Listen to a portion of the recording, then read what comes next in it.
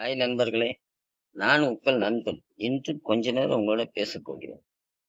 அதாவது மனிதனுடைய வாழ்க்கையில பத்தி தான் நம்ம பேசுறோம். எப்பவுமே மற்றத பேசுறதுல நமக்கு எந்த ஒரு பிரச்சனை நம்மளுக்கு நடந்துகிட்டு இருக்கிற ஒவ்வொரு வாழ்க்கை புத்தகத்தான் நம்ம பேச முடியும். அதில் தான் நமக்கு வாழ்க்கை ஓடிக்கிட்டு இருக்குது. வேற எதுலயுமே வாழ்க்கை ஓடல. அப்படி இருக்க காலகட்டத்தில இந்த நட்புகள் எப்படி நம்ம வளர்த்துக்கிடுமோ, நண்பன் என்ற வார்த்தைக்கு நட்பு ஒரு புனிதமாக இருக்க வேண்டும். அந்த நட்புகளை நாம எப்படி வளர்த்துக் கொள்கிறோம், அந்த வளர்த்துக் கொள்வதுடைய பக்குவத்தில் தான் அவருடைய மனமும் பக்குவம் அடையும், நம்முடைய மனமும் பக்குவம் அடையும்.